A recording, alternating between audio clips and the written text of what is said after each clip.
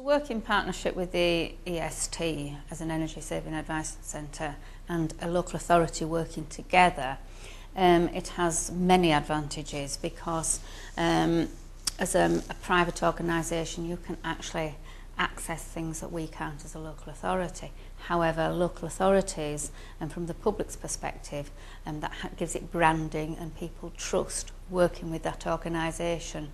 So I think by marrying the two together, people have trust and confidence. How it's added value, I think the fact that you've actually got extra resource that we wouldn't have as a local authority, you've got skilled people that we haven't been able to skill up in that particular way. So we're tapping in on your expertise from a skills and a knowledge perspective. The Affordable Warm strategy is a key strategy that we as the authority have, and we see any strategy that we have to deliver with partners. We can't do it on our own. So by working with the STAC to deliver some of the key aims out of the strategy, it's working very effectively. They can give the correct advice, they can assess the householder's level of understanding, and the whole idea of this, of course, is to reduce the energy bills, so it enables them to have more money in their pockets. It reduces the carbon emissions, which is what we're all working to.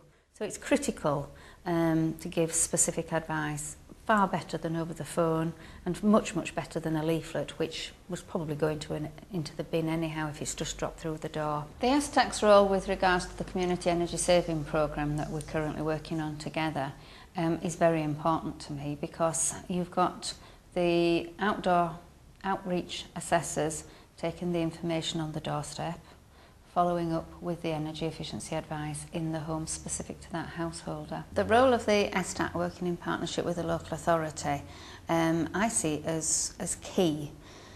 They deliver services that we as a local authority do not have the capacity or the resource to deliver. And as already mentioned, the energy efficiency advice is becoming more and more important, and it's recognised that it's more and more important in people who work in councils, in local government. Certainly our politicians recognise the importance of it.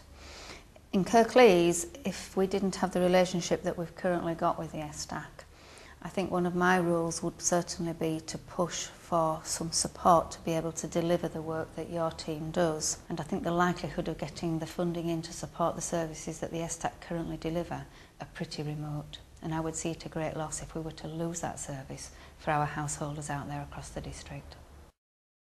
They've been very keen to get involved with our projects. They've been more than happy to develop partnerships and to look at how they can add value to our programmes of work. I think a good example is the Hill House Greening the Gap project. We had very, very tight timescales to work to due to the funding criteria.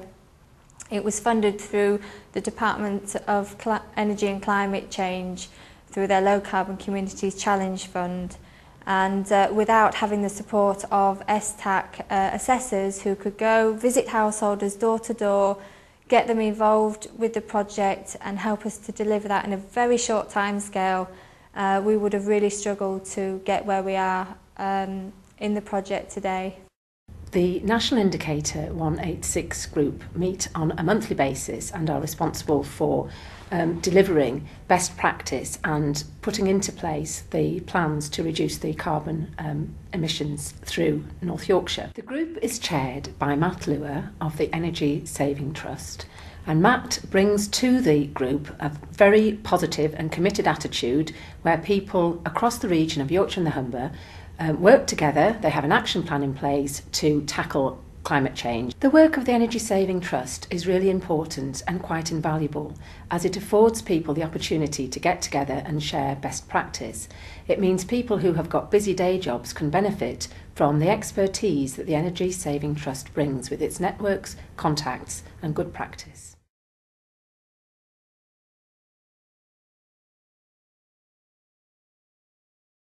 The name of the game moving forward has got to be getting as many measures into properties as we possibly can. So our role moving forward has got to be to enable local authorities to see area-based initiatives for installing free insulation or insulation at a discount rate across a wide area as a real policy option, as something that can be financed, as something that has a benefit beyond simply the carbon saving measures. And so one of the things we have been doing is helping the Leeds City region with their proposal for an area-based scheme across 11 large local authorities across the Yorkshire and Humber region. Now that would be the biggest scheme of its kind in the country if it comes off, and it would enable us to support the government's target of having all lofts and cavities insulated by 2015. Now that would be of national significance if we can actually pull this off. And so far, with the work we've been doing with Leeds City Region, we have got us to the next stage of that, and Leeds City Region has been awarded money by government to take this proposal further along the way. And that's due in part to the work the Energy Saving Trust has done to support that proposal.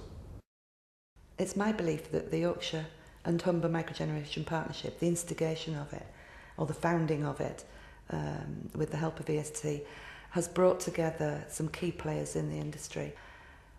One thing I think is necessary really is to take the model that we've created here in Yorkshire and Humber and try to roll that out throughout the UK so that other regions can benefit from some of the things that we're achieving, and then have a national coming together, a national meeting, a national conference, and really just create one even louder voice so that we can push and lobby Parliament and government for the things that we need and the support that we need.